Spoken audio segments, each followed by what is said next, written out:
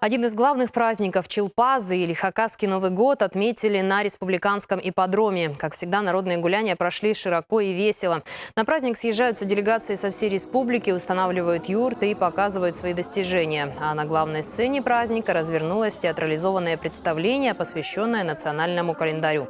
Также Совет старейшин вручил награды лучшим людям республики. Это многодетные родители, достойные работники сельского хозяйства, образования и медицины. Песни, конкурсы и развлечения дополнили программу Чилпазы, так что на празднике скучать не пришлось. Он уже перерос рамки хакасской культуры и объединил в себе традиции разных народов. А погулять и отдохнуть любят все, независимо от национальности.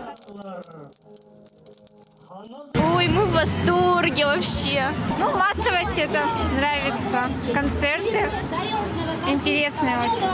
Ну чего ждете от сегодняшнего праздника тогда? Не знаю, интересного чего-нибудь. Счастье!